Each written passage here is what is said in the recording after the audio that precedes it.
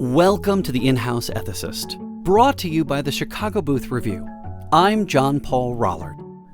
In this show, I draw on the great books approach that the University of Chicago is famous for.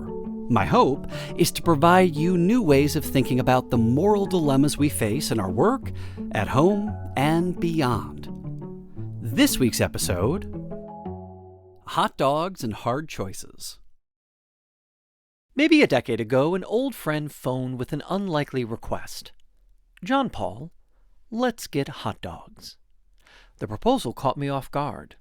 I like a good hot dog as much as the next guy, unless that next guy is my friend, who, for years, had been quite vocal about being a vegetarian. We met at a luncheonette on the northwest side of Chicago that is renowned for its selection of Red Hots. Overnight, my friend had gone from being a conscientious objector of carnivorous delights to something of a connoisseur.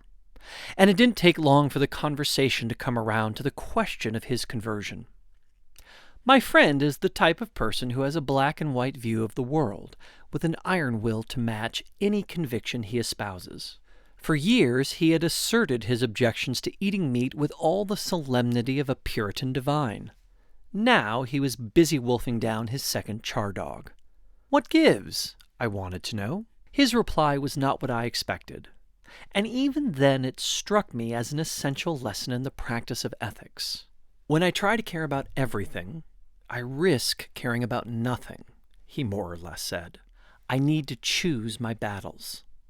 When you spend your days thinking about ethics, you devote most of your time to determining right from wrong. But how you hold the line between them seems a matter of no less significance. Saying as much, however, leaves some with a feeling of unease, especially if the latter endeavor appears like an exercise in determining what you can live with. Can doing mostly what is right really pay for the occasional wrong? Initially, Franklin was confident in his eventual success. "As I knew, or thought I knew, what was right and wrong," he wrote in his unfinished memoir, "I did not see why I might not always do the one and avoid the other." After a little reading and reflection, he settled on 13 virtues, such as industry, temperance, and frugality, that encompassed his vision of moral perfection, and set to work on living a life unblemished by vice. Almost immediately, however, he discovered that knowing the difference between right and wrong was not enough to hold the line successfully between them. The contrary habits must be broken, he confessed, and good ones acquired and established. To that end, Franklin concluded that he needed to acquire the habitude of his virtues. Such a conclusion treats leading a moral life as a matter of applied practice, one not dissimilar from the familiar New Year's resolution to get back into shape. If, after spending the holidays watching college football and snacking on Christmas cookies, you make it your goal to lose a little flab and get ready for beach season, some study may be helpful in determining a plan of action, but we all know that the real work goes on in front of the refrigerator and at the gym. If you simply cannot find a way to hit the Stairmaster at 6 a.m., or to prefer steamed broccoli over sliders, no amount of reading and reflection will make up for it. You cannot will yourself into shape. You must acquire the habitude of eating well and getting exercise. Having learned this lesson in respect of virtue, ever the attentive bookkeeper, Franklin soon established an accounting practice to keep track of his behavior. "I made a little book in which I allotted a page for each of the virtues," he explained. "I ruled each page with red ink so as to have 7 columns, one for each day of the week. If he failed to observe one of his 13 virtues, Franklin would add a little black spot to the day in the hopes that eventually, at the end of a week, he should be happy in viewing a clean book." No luck. "I was surprised to find myself so much fuller of faults than I had imagined," Franklin admitted. Not that his character didn't improve. The constant felicity of his life he largely attributed to this little artifice. But just as much as this steady diet and moral restraint confirmed that one's character could indeed be improved, it also made plain to him that leading a moral life was more a matter of abiding practice than eventual perfectibility. A conclusion that shaped his approach to ethics by resetting the standards he held himself to. In his autobiography, Franklin famously analogized his initial goal of moral perfection to that of a man who buys a new axe head and desires to have the whole of its surface as bright as the edge. The blacksmith agrees to grind it bright for him if he would turn the wheel, Franklin explained, and so the project began. The man turned while the smith pressed the broad face of the axe hard and heavily on the stone, which made the turning of it very fatiguing. The man came every now and then from the wheel to see how the work went on, and at length would take his axe as it was, without further grinding. "No," said the smith, turn on, we shall have it bright by and by, as yet it is only speckled." "Yes," said the man, "but I think I like a speckled axe best." The point of Franklin's parable is not to excuse ethical imperfections. If that were so, there would be no reason for turning the proverbial wheel in the first place, but to understand the project of leading a moral life in the face of human fallibility. If you accept that ethics is a never-ending project rather than some final port of call, you will not only preserve yourself from despairing over every failing, you will also conduct yourself with an eye toward behavior that is durable rather than ideal. Such an approach makes one more willing to accept the moral realism of Franklin, or my old friend, the erstwhile vegetarian, that rather than trying to act on every inclination of ethics, one must learn to distinguish preference from imperative. To be sure, such discrimination is also a moral project of sorts, one that can be just as stern as the endeavor of moral perfection. It accepts that people will never be saints at the margins, while committing them to be free from sin at the center. Like the person on a busy sidewalk who always steps aside for others, it can be easier to respond to every principled insistence than to firmly adhere to a path of moral priority. The first approach requires a spirit more accommodating than consistent, whereas the latter, while it risks being blinkered, holds itself accountable for every misstep. Determining such a path can be difficult, however, especially when it comes to what we owe others. This is the realm of duties or obligations, a set of concerns consonant with, if not necessarily inclusive of, Franklin's project of flawless moral character. Even if you have determined how best to refrain from bringing evil into the world, that doesn't resolve the question of when to intercede on behalf of others, to remedy their misfortune and improve their fate. Certainly this is no simple matter. Look around. Everywhere you turn, the world cries out for assistance. If you stop to help every wounded soul, you'd never get to work in the morning. You'd be lost for where to begin. And yet, even if we cannot help everyone, it doesn't follow that we should help no one at all. But when we should step in, for whom, and why so, are all questions that can vex, especially if we long for any logical consistency to our interventions.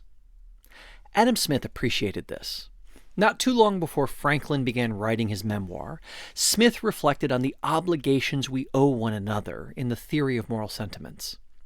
In a reflection on what he called the character of virtue, Smith contrasted the scope of our goodwill with the compass of what he called our effectual good offices. Our goodwill, he said, is circumscribed by no boundary. We cannot form the idea of any innocent and sensible being whose happiness we should not desire, or to whose misery, when distinctly brought home to the imagination, we should not have some degree of aversion. Another way of putting this is that unless you are a sadist, a possibility more or less uncountenanced by the tender-hearted Smith, you don't wish harm to come to others. But that doesn't mean you go out of your way to help them. The distinction for Smith was between a kind of baseline moral temperament and the tendency for principled intervention. The distinction for Smith was between a kind of baseline moral temperament and the tendency for principled intervention, a distinction resonant with Franklin's reflections on what is actually required for the habitude of virtue. It is all well and good, we might say, to want every person to thrive, just as it is all well and good to sincerely wish to be a model of virtue. But sending good vibes into the world will do no more to help the starving orphan than having every intention to be patient will do once you've already blown your stack. Having goodwill is one thing. Acting on it is another. This is where our effectual good offices come in. For Smith, these are the affirmative actions we take to improve the world, and in this particular passage he gave them a fairly modest appearance, contrasting them with the care of the universal happiness of all rational and sensible beings. This, he told his readers, is the business of God and not of man. To the fallible human being is allotted a much humbler department, he said, but one much more suitable to the weakness of his powers and to the narrowness of his comprehension. That is, the care of his own happiness, and that of his family, his friends, his country. Again, such responsibilities may seem modest, but deceptively so, I would suggest. Not because their burden tends to be overwhelming, but because we so often fail to prioritize them. Think of it this way. How many people do you know who are reliably good friends, responsible parents, and caring neighbors? The answer, I suspect, is far fewer than you'd wish. There are many reasons for this, but among those who long for fame and fortune, two stand out. One is when ambition gets the better of ethics. Climbing another rung on the corporate ladder always wins out over attending a child's soccer game, and being there for a friend never seems nearly as important as appearing at another black tie event. Such individuals, if sadly familiar, are largely unsympathetic. They may not affirmatively make the world a more wicked place, but by failing their effectual good offices, they prove themselves inattentive parents, careless neighbors, and bad friends. A second variety of failure is more intriguing, however. It is one that Smith himself identified when he invoked the example of Marcus Aurelius, the Roman emperor whose enduring significance is largely due to a collection of his Stoic reflections, conventionally known as the Meditations. Smith described the charge brought against Aurelius, perhaps unjustly, that while he employed himself in philosophical speculations and contemplated the prosperity of the universe, he neglected that of the Roman Empire. Encapsulating the primary objection to such behavior, Smith said, the most sublime speculation of the contemplative philosopher can scarce compensate the neglect of the smallest active duty.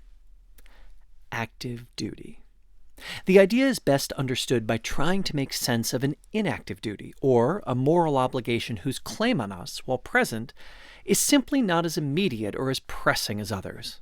In my classes, I will sometimes describe the roommate who makes known to everyone her feelings about the wealth gap or foreign wars, but inevitably fails to pay the rent on time and always leaves dirty dishes in the sink. Morally speaking, she prioritizes what she has no control over and overlooks what is totally within her power to remedy. For a duty to be active, it must have a special claim on you. It must be somehow more your duty than it is the duty of others. Again, as Smith described them, such duties include for an individual the care of his own happiness and that of his family, his friends, his country. You can think of these duties as a set of concentric rings radiating outward, the strength of whose claim is inversely proportional to their distance. We have the greatest responsibility to look after ourselves, to not be a burden to others, and then to address the pressing needs of our family and friends. These are the closest rings. Those that are farther away, say of the country or the planet, are not unimportant, but the duties they involve have a weaker claim on us, as their maintenance hardly depends on our actions.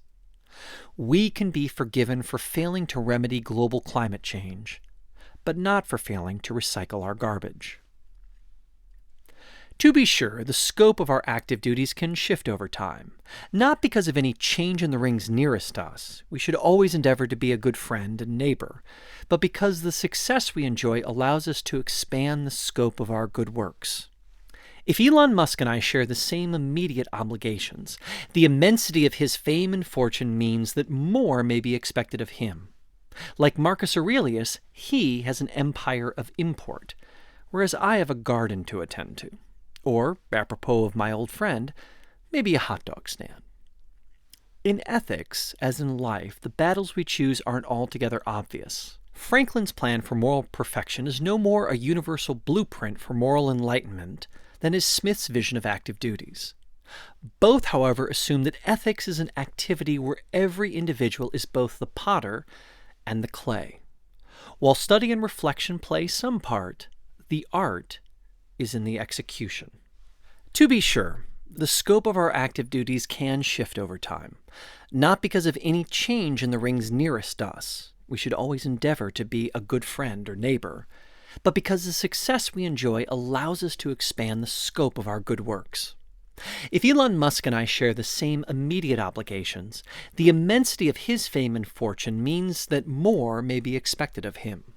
Like Marcus Aurelius, he has an empire of import, whereas I have a garden to attend to, or, apropos of my old friend, maybe a hot dog stand. In ethics, as in life, the battles we choose aren't altogether obvious. Franklin's plan for moral perfection is no more a universal blueprint for moral enlightenment than is Smith's vision of active duties. Both, however, assume that ethics is an activity where every individual is both the potter and the clay.